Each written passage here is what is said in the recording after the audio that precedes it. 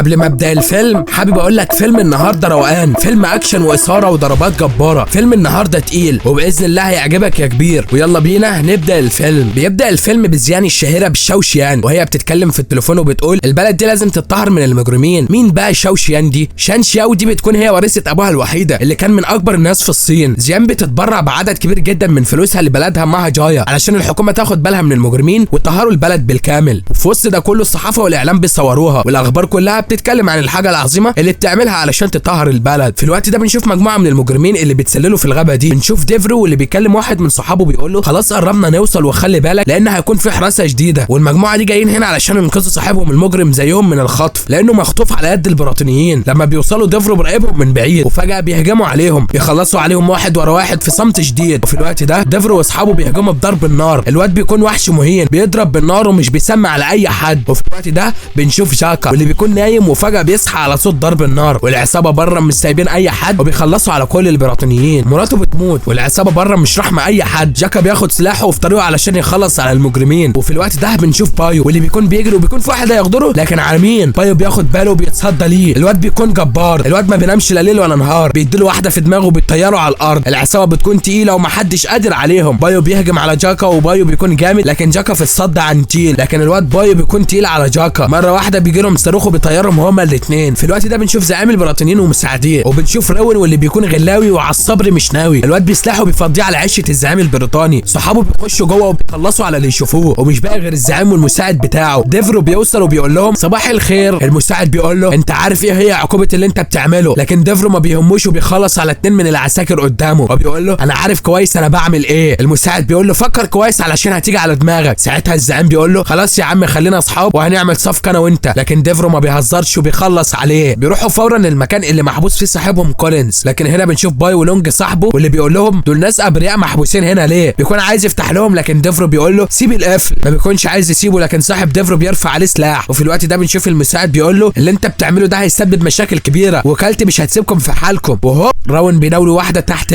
وبيطلعوا صاحبهم كولينز اللي بيكون قايم هايج على مساعد الزعيم وبيضربه لانه هو السبب في حبسه. وبيقول له انا قلت لك هيجي يوم اللي هرقدك على ركبتك واخلص عليك، وبيخلص عليه. ابن حلال ويستاهل. روين بيقول لديفرو احنا نطلع من هنا ونحرق المكان بالكامل علشان مش نسيب اي اثر ودليل خالص. وبعدها بنشوف المكان بيتفجر بالكامل. بعد كده بنشوف جاكا واللي بيفوق بيتصدم بالمكان متدمر، بيروح ياخد جثه مراته وبيدفنها وبيكون زعلان عليها قوي وبيفتكر ايام زمان وبيقول لها سامحيني على اللي هعمله، مفيش قدامي غير خيار واحد. بعد كده بنشوف الوليه دي واللي بتكون مش سهله في مجالها وهي سو فينغ، سيده اعمال كبيره في البلد. بتقرا الجورنال وبتعرف خبر شاوشيان بانها اتبرعت بمبلغ كبير علشان يمحوا كل الجرائم اللي في البلد. بتتضايق جدا لانها مش سهله وهي اساسا مربيه العصابات. بترن على رئيس عصابه كبير وبيقول لها ميسيو سو قدرنا نهرب كولينز واخيرا طلع وبقى حر. بتقول له انا فرحانه اننا نجحنا وبتطلب منه انهم يتتبعوا كل حركات شاوشيان ويخلصوا عليها. بعد كده بنشوف الراجل ده واللي بيروح يتكلم مع الشخص ده وبيقول له هم جوه في الساحه، والشخص ده بقى بيطلع هو جاكا وقدر يعرف مكان بايو. بايو بيكون في قتال غير شرعي، الواد بيكون تقيل، الواد مش سهل خالص وبيقدر يسيطر على خصمه ما بيكونش سهل شويه وبيسيطر عليه، لكن على مين؟ بايو تقيل وعنتيل. الواد بيكون جبار وبيخلص على خصمه وبيكسب المباراه، وده كله بيكون جاكا بيراقب من بعيد. بيشوف منظم المباراه وبيقول له عايز اشارك. وفي الوقت ده بينزل جاكا للحلبه وبيكون هيلاعب صاحب بايو وهو لونج. جاكا بيهجم بكل شراسه ولونج بيتصدى بس بسبب غضبه بيبقى وحش وبيسيطر على لونج وبيقول له فاكرني؟ انا فاكر قتلت مراتي وعلشان كده هقتلك. لونج بيشوف الجرح اللي في ايده وعايز يلعب على النقطه دي، لكن جاكا ما بيكونش سهل هو كمان، لكن لونج بيقدر يسيطر عليه وبيقدر يكسب المباراه. وبعد ما المباراه بتخلص لونج وبايو بيشيلوه وبياخدوه على بيتهم. لونج بيقول له بايو نزف كتير ولازم ياكل علشان يعوض مكان الدم اللي راح، وبيقول له بايو كان عايز يقتلني. في الوقت ده جاكا بيقوم وبايو بيديله الاكل ده وبيقول له لازم نتكلم، وجاكا بيقول له دفنت من صحابي كتير وده بسببكم. لونج بيقول له انت مش فاهم حاجه، لكن بيقول له انا شفتكم وانتوا بتخلصوا عليهم. بيقولوا له قالوا لنا اننا في مهمه انسانيه، مهمه خير يعني، ولكن طلعوا بيكذبوا علينا. بنرجع لشويه من الوقت اللي بايو بيقول للعصابه طب الناس الابرياء دول، لكن العصابه بتغدره وبيضربوه بيفقد الوعي وبيضربوا لونج كمان وبيحبسوهم في مكان كولينز. وساعتها قبل ما القنبله تنفجر قدر لونج وبايو يطلعوا وكمان قدروا يطلعوا كل الناس اللي محبوسه وقدروا يمشوا من المكان على اخر لحظه من الانفجار. وبنرجع تاني لما بايو بيقول لجاكا خدعونا وكانوا عايزين يموتونا ودلوقتي بنحاول ندور عليهم علشان ناخد حقنا. جاكا بيقول له هم مين الناس دول؟ بيقولوا له عصابه مجرمه كبيره. بيقول لهم ايه خطتكم علشان نخلص عليهم؟ بيقولوا له دلوقتي بنحاول نجمع فلوس علشان ناكل ولما يجي وقت الانتقام نموت. بيقول لهم مش كفايه. لونج بيقول له عندك خطه احسن من كده؟ بيقول له لازم نتعاون مع بعض، انا اعرف ناس كتير ممكن يدلونا بيهم. في الوقت ده بنشوف شاوشيان والحارسه بتاعتها بتكلمها وبتقول لها الصراحه انت عامله شغل جامد الاسبوع ده، انا الصراحه مبسوطه لان مكانتك صح وتستحق المكان اللي انت موجوده فيه. في نفس الوقت بنشوف لونج وبايو واللي بيقوموا من النوم، وبايو بيقول له لونج ده جاكا مشي يا عم. فجاه لونج بيشوف من الشباك الشرطه جايه عليهم، بيقول له بايو اتهيالي كده اننا وقعنا في الفخ. الشرطه بتقتحم البيت وبتقبض عليهم، وقدام الاسم بنشوف جاكا كلم في التليفون وبيقول عايز اكلم كولينز لان في رساله مهمه. السن ده بيقول له مفيش حد هنا بالاسم ده. الرئيس بياخد منه الفون وبيقول لجاكا لو عندك رساله لكولينز قولها لي. بيقول له قول له كولينز بان الاثنين اللي كانوا معاه في الغابه موجودين دلوقتي في اسم الشرطه. الوقت ده بنشوف لونج وبايو بيتحبسوا. لونج بيقول لبايو دايما بتاخدني لاحسن الاماكن. بايو بيضحك وبيقول له ايه هيرجعوكوا الصين، لكن لونج بيقول له العصابه اخذت مني كل حاجه، وبيفتكر لما كان بيطارد عصابه علشان ضربت ابوه. وفي الوقت ده بنشوف شاوشيان واللي بتوصل علشان تعمل مقابله تلفزيونيه. وفي نفس الوقت بنشوف العصابه وكولينز بيكلم رئيسه، ورئيسه بيقول له على الاثنين اللي كانوا معاه في الغابه وهم دلوقتي في اسم الشرطه. كولينز بيعرف صحابه وديفرو بيقول له ده احنا حطينا متفجرات في كل مكان، ازاي طلعوا منها؟ كولينز بيقول له لازم نهتم بالموضوع ده ونخلص على الفيران دول. بعد كده بنشوف شاو واللي بتكون على الهوا وبتقول لهم ما جايه بلدي وانتم مش عارفين بحبها قد ايه، انا واجبي ان اخدم كل عيلتي في البلد دي، ولازم نخلص على كل المجرمين علشان نامن مستقبل الاطفال ومستقبلهم ما يضيعش. في الوقت ده بنشوف كولينز من جديد وبيوصلوا رساله بان شاو شيان هتغادر الفندق. بيتحركوا فورا علشان يخلصوا عليها. شاو بتكون رايحه تركب عربيتها وهنا العصابه بتوصل يضربوا نار عليهم لكن ما بيعرفوش يقتلوها. الحارسه بتاعتها بتتعامل لكن بتاخد طلقه في دراعها من العصابه بتموت اي حد قدامهم، والبت عماله تتعامل لوحدها مش عارفه تعمل اي حاجه. شاو بتجري والعصابه بيجروا وراها. بتركب التوك توك ده وبتقول له بالله عليك يا عمهم وديني اسم الشرطه. ومن جهه ثانيه الواد ده من العصابه عمال يخلص على كل الشرطه اللي موجودين، لكن بنت الجنيه دي بتخلص عليه. انت بتتكلم في ايه يا عم؟ دي الحارسه الخاصه بتشاو. العصابه بتتجمع من جديد وكولينز بيقول لديفرو اتعامل يا عم احنا كده هنموت. ديفرو بيقول له لازم نخلص على البت دي. كولينز بيقول له لازم برضه نخلص على العيال اللي في الشرطه دول علشان هم اللي عارفين اشكالنا وممكن يبلغوا علينا. بيكون عايز يهجم على اسم الشرطه. شاو بتوصل للمركز وعماله تتكلم معاهم لكن مفيش اي حد فاهمها لانها بتتكلم صيني وكلهم امريكان. في الوقت ده الظابط بيحقق مع بايو بيقول له انت متورط في قضيه قتال غير قانوني وقمار. بيقول له انت بتسالني ولا بتعرفني؟ وهوب العسكري ده بيديله واحده على دماغه. بنشوف العصابه وصلت قدام الاسم وديفرو بيقول لهم معانا 5 ل 10 دقائق لازم نخلص مهمتنا قبل ما بقيه الشرطه توصل. بيتحركوا فورا. الظابط بيروح للونج وبيقول له انت صيني؟ يقول له ايوه. بياخده علشان يروح يتكلم مع تشاو ويفهم كلامها. يروح يتكلم معاها وبتقول له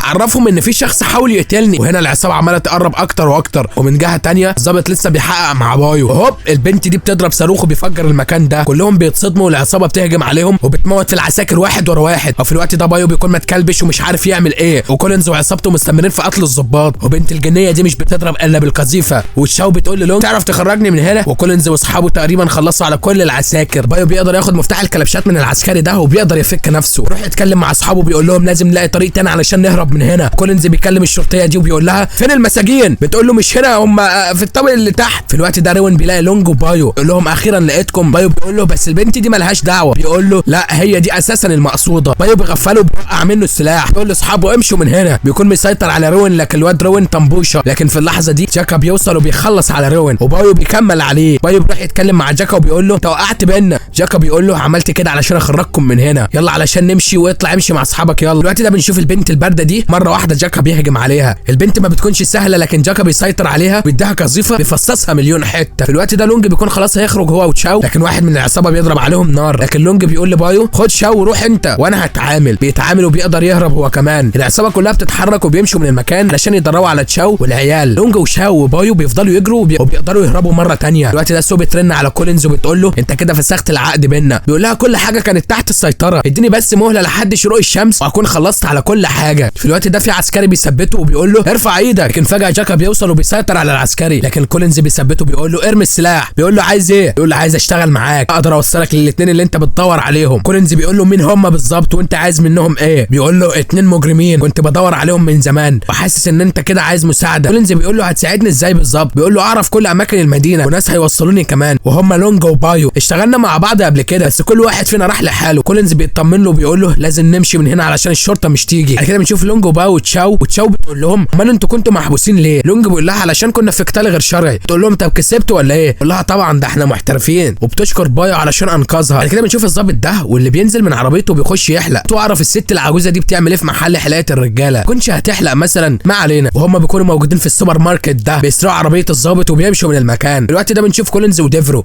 وكولينز بيقول لاصحابه معانا 48 ساعه بس علشان نخلص عليهم ولو مش حصل كده كل حاجه هتتقلب علينا. ديفرو مش بيكون مرتاح لجاكا وبيقوم يثبته لكن كولينز بيهدوه بيقول له هيفيدنا يا عم، نعم فريقنا ناقص بكتير وخليه معانا هيساعدنا. جاكا بيقول له انا عارف انكم بتدوروا على لونج وبايو ومحتاجين مساعدتي، واما عن البنت اللي انتوا بتدوروا عليها فهي كمان من الصين ومش عارفه اي مكان خالص، مش قدامها غير حاجه واحده بس وهي تروح للسفاره الصينيه. في الوقت ده بنشوف بايو ولونج وتشاو مره تانية واللي بيكونوا وقفوا بسبب الزحمه دي. نشوف جاكا واحد تاني من العصابه، الواد بيشوف لونج في العربيه فبينبه كل اصحابه وبيجري عليه. ساعتها لونج بيشوفه وهو بيجري فبيقول لتشاو اطلعي. البت بتطلع وبتخبط في اي حاجه. كولينز بيفضل يضرب عليهم نار وبيكسر ازاز العربيه. بيمشي وكولينز بيمشي من طريق تاني وفجاه بينط على العربيه ولونج وتيان بيتصدموا بيه. كولينز بيحاول يكسر الازاز وفعلا بيكسره ولكن بيقع من على العربيه والعربيه بتخش في الشجره دي. بايو ولونج بينزلوا من العربيه وبيجروا من المكان مره تانية. ساعتها كولينز مش بيجري وراهم لانه بيشوف شرطي موجود وهم بيجروا. بنشوف جاكا وجاكا بيتكلم في التليفون وبيقول هم في السوق الاخير. بايو بيقول له انت بتعمل ايه يا عم؟ لونج بيقول له استخدمتنا كطعم، لكن جاكا بيقول لهم استنى يا عم على رزقك، انا كل انتقامي من كولينز مش معاك. وبيقول لهم يلا كملوا جري. وكولينز واصحابه بيوصلوا للمكان. جاكا بيقول لهم كانوا هنا وللاسف هربوا مني. كولينز بيقول له كل مره بتكون في المكان والزمن الصح. جاكا بيقول له ما علشان كده انت هتحتاجوني. كولينز بيقول له عاش. انما ديفرو بيقول له الانسان له 5 حواس انما الحاسه السادسه بتقول لي ان انت بتخطط لحاجه. جاكا بيقول له لو عندك حاجه وضحها. ديفرو بيقول له هعمل كده بس في الوقت المناسب. اما لونج وبايو بيكونوا وصلوا للمكان. بايو قريب من بعيد وبيشوف واحد من العصابه. صاحب المطعم ده بيكون بيرمي الزباله فبيستغل الفرصه وبيروح للمطعم وبيخش جوه. انما الواد ده بيكون عايز يخش جوه لكن الراجل بيقول له خلاص انا قفلت. لكن الواد بيقول له انا من وزاره الصحه وبيخش يدور في المكان. بايو ولونج وتشاو بيكونوا مستخبين هنا. الواد مش بيلاقي حاجه وبيخرج من المكان. وفي الوقت ده بننتقل للسفاره الصينيه وبنشوف العامل ده واللي بيروح يقول لوكيل السفاره الصينيه مساعده تشاو موجوده ولكن دراعها انجرح وهي دلوقتي في المستشفى. اما تشاو فهي مفقوده ومش لاقيين لها اي اثر. في الوقت ده صاحب المطعم بيقفل المكان وبيمشي. بايو ولونج بينزلوا بيعرفوا ان المكان اتقفل عليهم. تشاو بتقول للونج عرفني انت عارف الناس دي ازاي؟ بيقولوا لها استاجرونا علشان نعمل مهمه انسانيه والمهمه اساسا مش انسانيه وغير كده حرروا صاحبهم وحبسونا علشان يموتونا ولكن قدرنا نطلع منها. بتقول له طب مين الراجل اللي كان في السوق؟ وبيقول له ان صاحبكم. بيقول لها هو واحد مننا بس شغال بدماغه. العصابه قتلوا مراته وهو جاي هنا علشان ينتقم. بايو بيقول لهم تحبوا تاكلوا ايه؟ الواد طلع جامد في كل حاجه، طباخ جبار وكمان في الاكشن دمار، عيل عنتيل. الوقت ده بنشوف كولينز واللي باين عليه الغضب الشديد بيركب العربيه وبيمشي من المكان وبيقول لاصحابه لو مش موتنا العيال دي والبت كمان هيجي لنا ناس من كل مكان عايزين يموتونا، لازم نحل المشكله دي في اسرع وقت. جاكا بيكون باين عليه الفرحه وفجاه بيفتكر ايام مراته وبيفتكر لما وعدها انه هيجيب حقها. في الوقت ده بنشوف بايو ولونج. تشان بتقول لهم السفير مش هيسكت وهيعمل كل حاجه علشان يقدر يساعدني بيها وانا عندي خطه حلوه هتكلموا العصابه وتسلموني ليها وبعدين تتعاملوا بطريقتكم وانتوا كده استخدمتوني كطعم. لونج بيقول لها الخطه دي خطر قوي. بتقول له طب ما هو لازم خطه وانا اتوقع ان الخطه الوحيده هي اللي هتنجح هي دي. بايو بيقول لهم معاكي حق انا عندي فكره. بعد كده بنشوف العصابه مره ثانيه وديفر بيكون واقف هنا وفجاه تليفونه بيرن وده بيكون بايو. بيقول له خلينا اكلم كولينز. بيدوا له الفون وكولينز بيقول له ايه رجليك بتوجعك؟ لكن بايو بيقول له في حاجه عايز اقولها لك. وبيقول له معانا البنت اللي انتوا بتدوروا عليها عايزها وبيوريها له. كولينز بيقول له ايوه انت عايز ايه؟ بايو بيقول له الفجر قابلنا عند نادي باولو تاخد اللي انت عايزه وتديني 100,000 دولار. لكن كولينز بيقول له 100,000 ايه؟ خلي امك تديهم لك وبيقفل في وشه. ديفرو بيقول له يا عم سيبك منهم اكيد بيخططوا لحاجه. كولينز بيقول له هنروح للمكان وانت يا ديفرو حضر لنا 2 قناصين محترفين في اسرع وقت. هنروح بكره ومش نتاخر علشان نخلص من الحوار ده ولما نوصل بدل ما نتفق نخلص عليهم. جاكا بيكون شايفهم من بعيد وعارف كل خطتهم. مره تانية بنشوف بايو ولونج واللي بيروح للشخص ده بنعرف ان الشخص ده صديق بايو من زمان وبيقول له تعالى نتكلم جوه. وبيقول له جاي واكيد في حاجه، ايه اللي جابك؟ بيقول له انا عارف ان انت بتوفي بوعودك. بيقول له انت مش عرفت اصحابك على الايام اللي قضيناها سوا ولا ايه؟ كنت بتدمر اي حد قدامك وكنت ملقب ببايو العاصفه. بيقول له انا مش جاي هنا فراغي. لكن الشخص بيكمل كلامه بيقول اشتغل معايا قتل 12 راجل في وقت واحد وبعدها هرب ومشي. بايو بيقول له ما تكملش. لكن الراجل بيكمل كلامه بيقول كان جندي الاول وكان معروف جدا. بايو بيقول له بس انت متدين ليا. بيقول له انت عايز ايه؟ بيقول له انا عايز اسلحه. بيشغل النور وبيقول له خد اللي انت عاوزه. بيشوف كل اللي هيحتاجه هو ولونج وبيمشوا من المكان. في الوقت ده العصابه بتكون وصلت المكان وكولينز بيقول لاصحابه خلينا نخلص على اولاد الهرمه دول. ديفرو بيوزع العصابه عشان تنتشر في كل مكان وبيرخم على جاكا. ديفرو بيقول له انت جنسيتك ايه؟ بيقول له اندونيسي. بيفضل يقول له على اللي عمله في اصحابه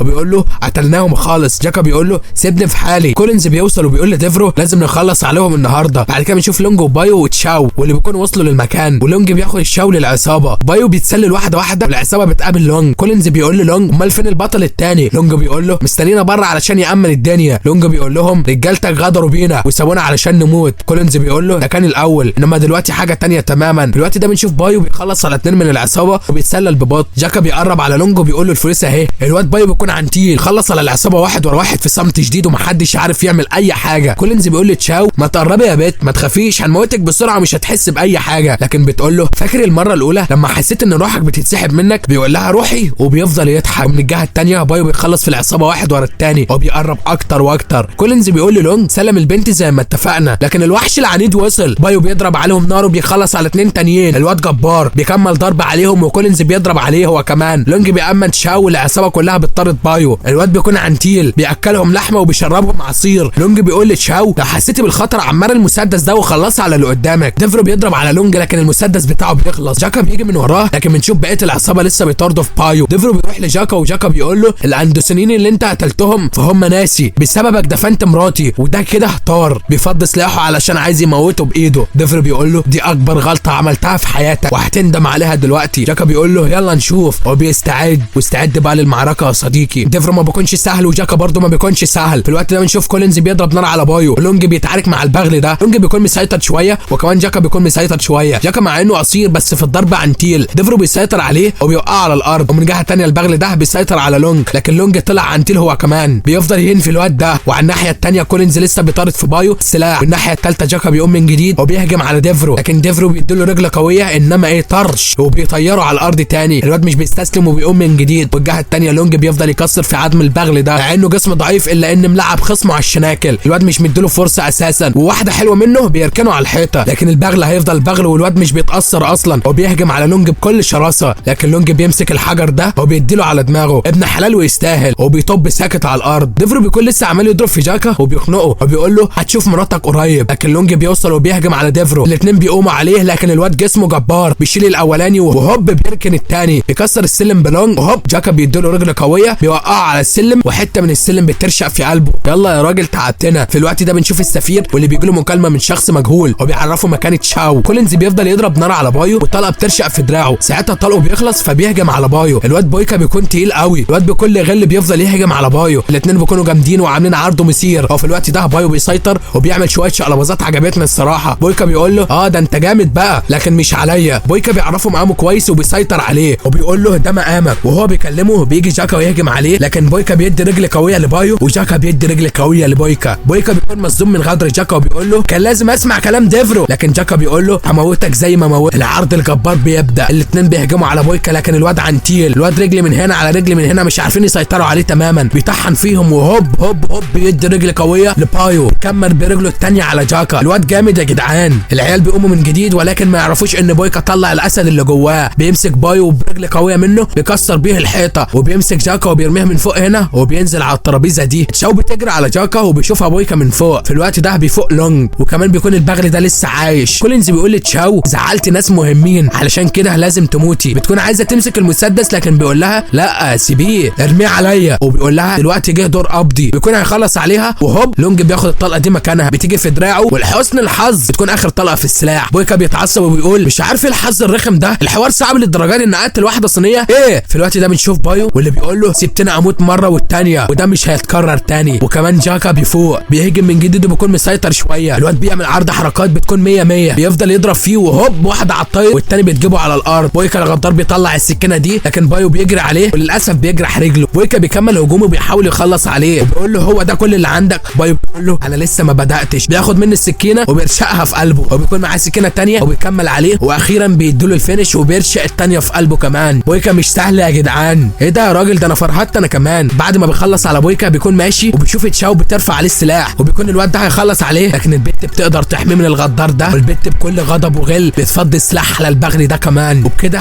تشاو وبايو ولونج وجاكا قدروا يكسبوا المعركه. بعد كده بنشوف مساعده تشاو واللي بتوصل للمكان والشرطه بتقبض على سو نظمت اكبر العصابات في البلد كلها. وبكده بقى نكون انتهينا من فيلمنا. فيلم الصراحه جمدان. دعموكم بقى علشان نستمر يا جدعان ويلا سلام.